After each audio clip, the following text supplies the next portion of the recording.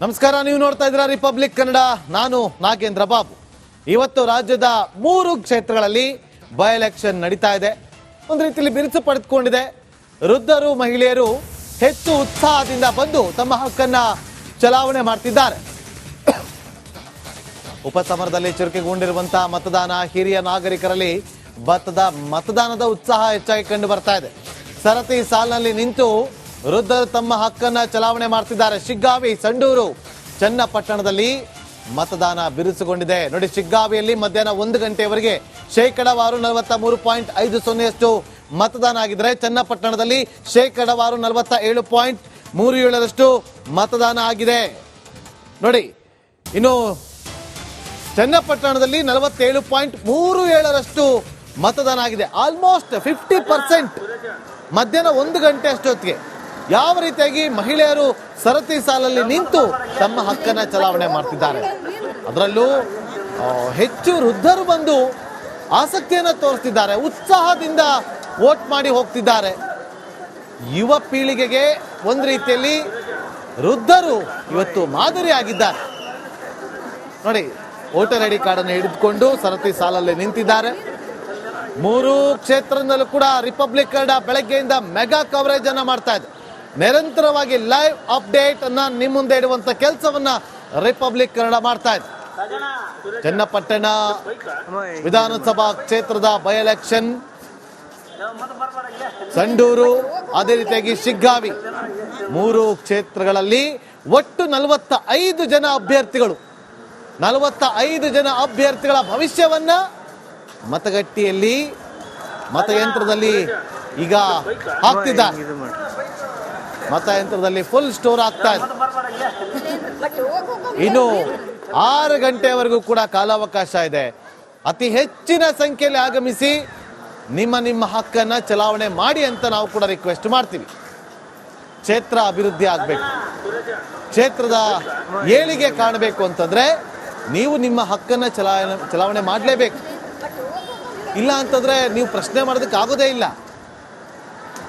ಮುಂದಿನ 3.5 ವರ್ಷ ಯಾರು ಗೆಲ್ತಾರೋ ಅಭ್ಯರ್ಥಿ ಅವ್ರನ್ನ ಪ್ರಶ್ನೆ ಮಾಡ್ಬೋದು. ವೋಟ್ ಹಾಕಿದ್ದೀನಿ ಸ್ವಾಮಿ, ಯಾಕೆ ಕೆಲಸ. ನಮಸ್ಕಾರ, ನೀವು ನೋಡ್ತಾ ಇದ್ದೀರಾ ರಿಪಬ್ಲಿಕ್ ಕನ್ನಡ.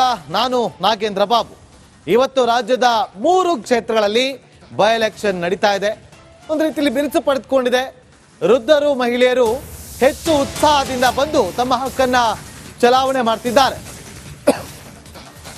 ಉಪಸಮರದಲ್ಲಿ ಚುರುಕುಗೊಂಡಿರುವಂತಹ ಮತದಾನ, ಹಿರಿಯ ನಾಗರಿಕರಲ್ಲಿ ಮತದಾನದ ಉತ್ಸಾಹ ಹೆಚ್ಚಾಗಿ ಕಂಡು ಬರ್ತಾ ಇದೆ.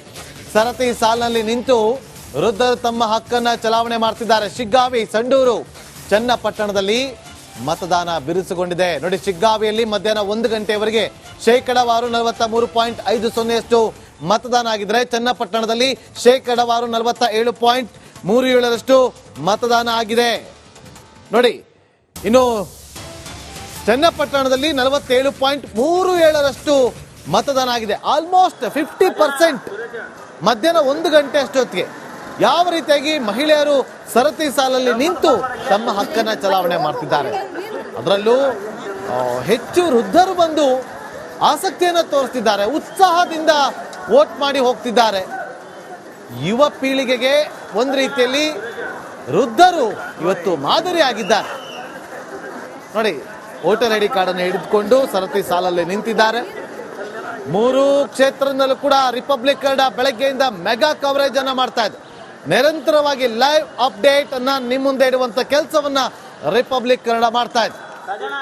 ಚನ್ನಪಟ್ಟಣ ವಿಧಾನಸಭಾ ಕ್ಷೇತ್ರದ ಬೈ ಎಲೆಕ್ಷನ್,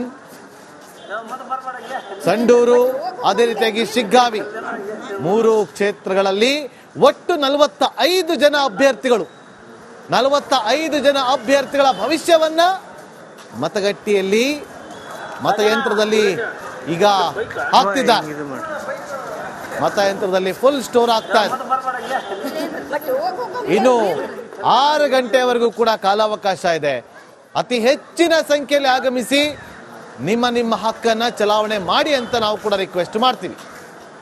ಕ್ಷೇತ್ರ ಅಭಿವೃದ್ಧಿ ಆಗಬೇಕು, ಕ್ಷೇತ್ರದ ಏಳಿಗೆ ಕಾಣಬೇಕು ಅಂತಂದ್ರೆ ನೀವು ನಿಮ್ಮ ಹಕ್ಕನ್ನ ಚಲಾವಣೆ ಮಾಡಲೇಬೇಕು. ಇಲ್ಲ ಅಂತಂದ್ರೆ ನೀವು ಪ್ರಶ್ನೆ ಮಾಡೋದಕ್ಕೆ ಆಗೋದೇ ಇಲ್ಲ. ಮುಂದಿನ 3.5 ವರ್ಷ ಯಾರು ಗೆಲ್ತಾರೋ ಅಭ್ಯರ್ಥಿ ಅವ್ರನ್ನ ಪ್ರಶ್ನೆ ಮಾಡ್ಬೋದು. ವೋಟ್ ಹಾಕಿದ್ದೀನಿ ಸ್ವಾಮಿ, ಯಾಕೆ ಕೆಲಸ.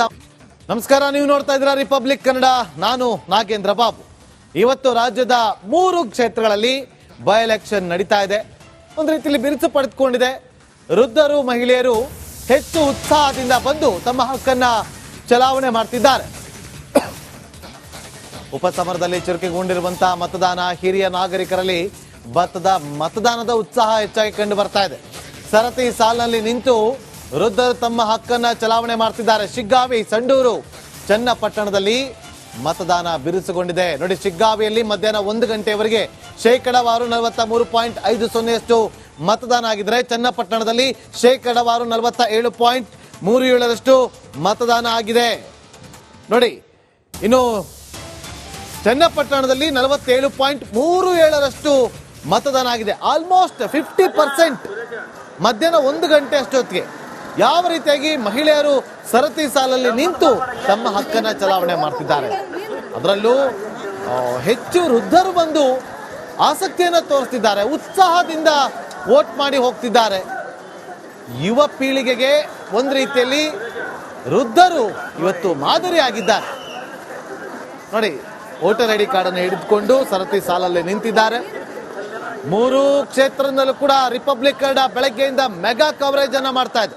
ನಿರಂತರವಾಗಿ ಲೈವ್ ಅಪ್ಡೇಟ್ ಅನ್ನ ನಿಮ್ಮ ಮುಂದೆ ಇಡುವಂತ ಕೆಲಸವನ್ನ ರಿಪಬ್ಲಿಕ್ ಕನ್ನಡ ಮಾಡ್ತಾ ಇದೆ.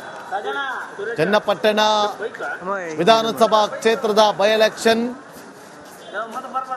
ಸಂಡೂರು, ಅದೇ ರೀತಿಯಾಗಿ ಶಿಗ್ಗಾವಿ, 3 ಕ್ಷೇತ್ರಗಳಲ್ಲಿ ಒಟ್ಟು 45 ಜನ ಅಭ್ಯರ್ಥಿಗಳು, 45 ಜನ ಅಭ್ಯರ್ಥಿಗಳ ಭವಿಷ್ಯವನ್ನ ಮತಗಟ್ಟೆಯಲ್ಲಿ, ಮತಯಂತ್ರದಲ್ಲಿ ಈಗ ಹಾಕ್ತಿದ್ದಾರೆ.